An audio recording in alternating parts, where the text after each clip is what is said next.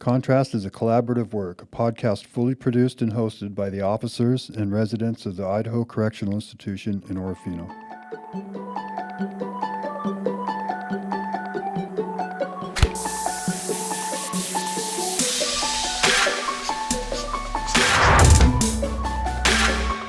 Welcome back to Contrast. Today's episode is about the Inside Out program, and we have a guest with us today, Professor Omi Hodwitz. Omi, would you mind introducing yourself? I'd be delighted to. As mentioned, my name is Omi Hodwitz. I'm a criminologist at the University of Idaho, and when it comes to research, I tend to specialize in a variety of different topics, including terrorism and theory development. But when it comes to education, my primary interest is in prison education initiatives and working with incarcerated populations to give them access to quality education at the collegiate level. Nice. Wow. Well, welcome. We're glad to have you here today. Today we're talking about the Inside Out program. So can you tell us a little bit about what the Inside Out program is? Sure. So Inside Out is what we call a prison exchange program. It's been around for 20 some odd years, and it's fairly popular in the United States and other Western countries around the world. But as a prison exchange program, although the topic changes from institution to institution, the general goals and format remains the same across different institutions in different states and countries. Essentially, what it entails is bringing together two different, very unique populations. Your kind of standard college student population with your incarcerated student population into the same space and time within a correctional setting to take part in college-based courses. And the real goal of Inside Out is, yes, to, provide learning opportunities to these different student groups, but more importantly, to create or facilitate a space that allows them to really kind of question and pick apart any kind of stereotypes or biases or expectations that they might have of each other, and to facilitate a transformative educational experience where they can learn from each other. The emphasis in Inside Out really is on peer collaboration. As an Inside Out professor, I facilitate a space, but it's really up to the inside and the outside students, or the more traditional college students and the incarcerated students, to fill that space as they see fit and to really learn from each other and support each other and kind of change their views of each other and of the educational experience in general. Right. Just to be clear, so people who aren't familiar with the Inside Out, you bring outside college students inside the prison, and then they share a classroom with inmates within the prison, right? Yeah, I mean that's the basic logistics. Yes. Okay. I'm curious. How do the outside students feel about this? Are they excited about it? What do you think they gain from it? At the risk of alienating some of my outside students, I think when they first sign up for the program, it's almost that kind of rubbernecking kind of attitude where it's like, they've heard a lot about incarcerated populations. Many of them are seeking a criminology or criminal justice degree. And so they're very interested by this population because this population is one that they don't have access to, and they want to kind of observe it in action. They want to, kind of bear witness to, both the correctional setting and the incarcerated students. But, within the first couple of classes, usually within the first class, their entire perspective has changed considerably, and their old priorities just fade into the background, and now it becomes about building bonds and establishing relationships with individuals who have a great deal of knowledge about corrections and incarceration and criminal justice system that our more traditional outside students don't have.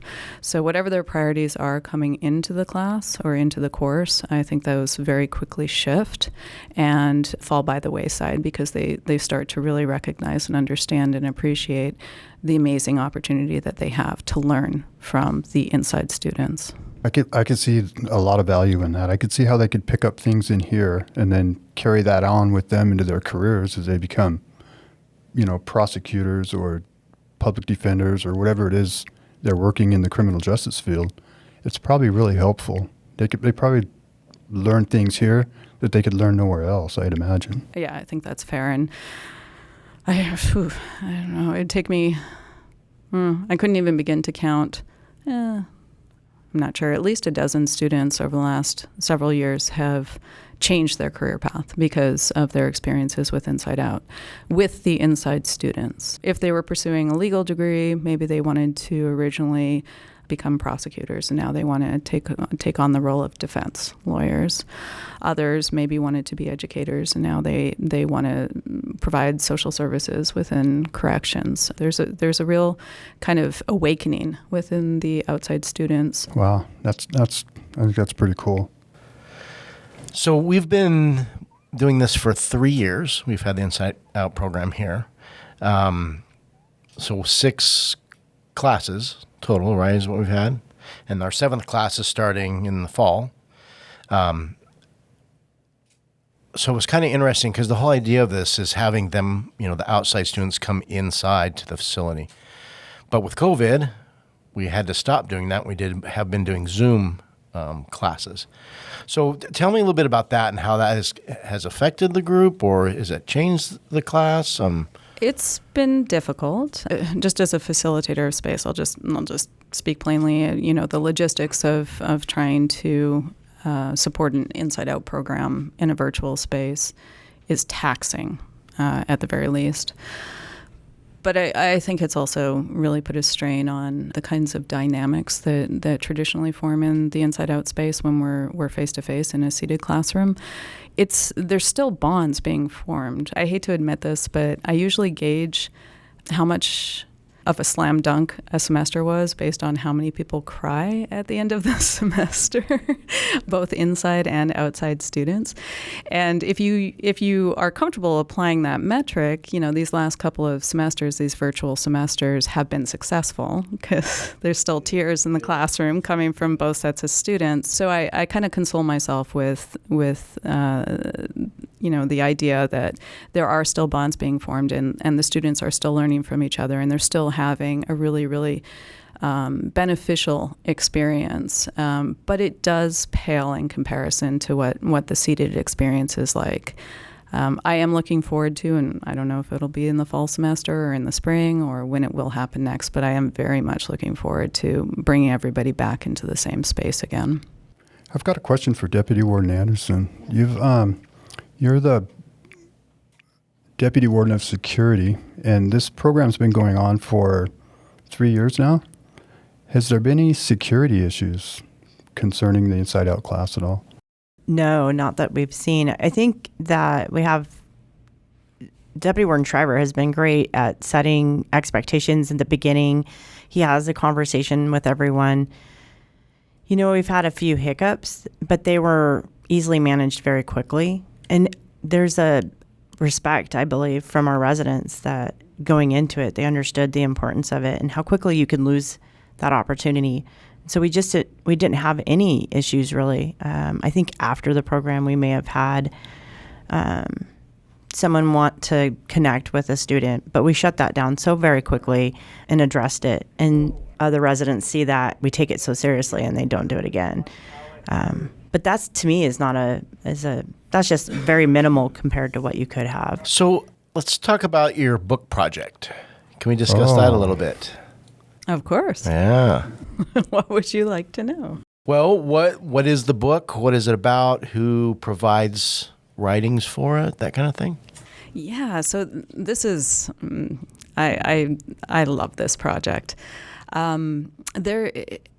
In the Inside Out class, a lot of students discover skills that they didn't necessarily know they had or hadn't fully refined or developed, or already knew they had and had refined, but they just weren't recognized or acknowledged.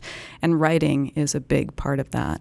So starting with the first semester, some really strong writers from both the inside and the outside student group kind of started to make themselves known.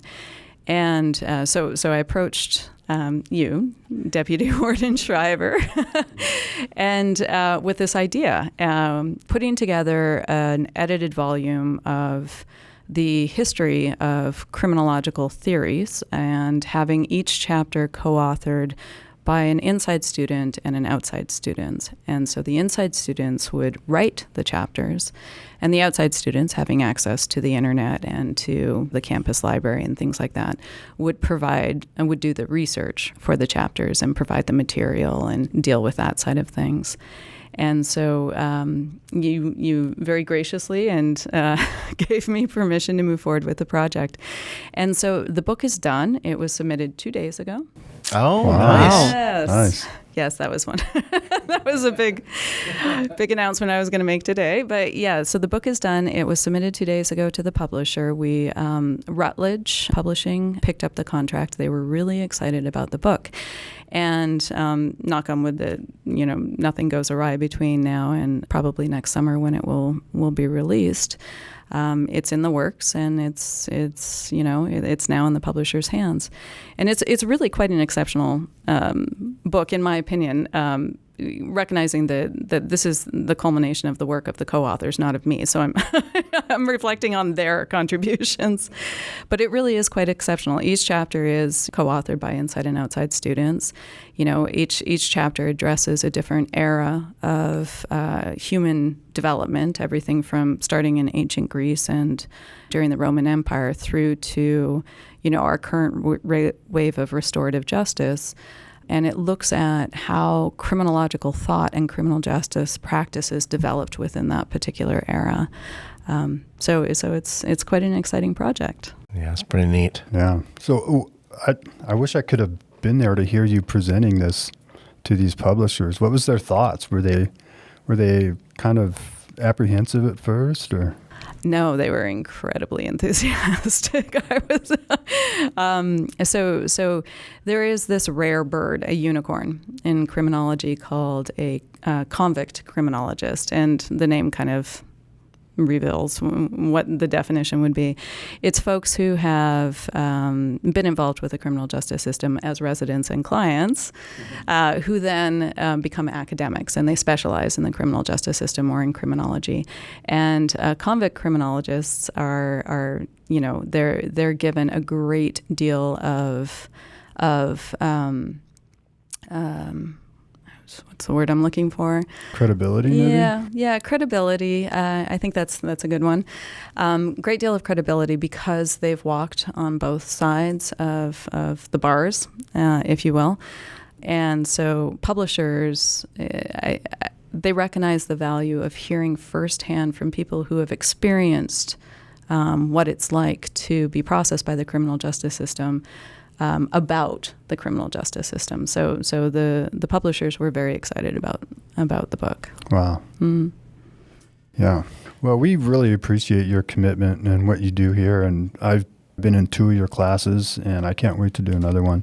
And I hope everybody gets on board and gives it a shot, because it's amazing. And I can't thank you enough for what you do here for us. Oh, thank you. Well, right back at you.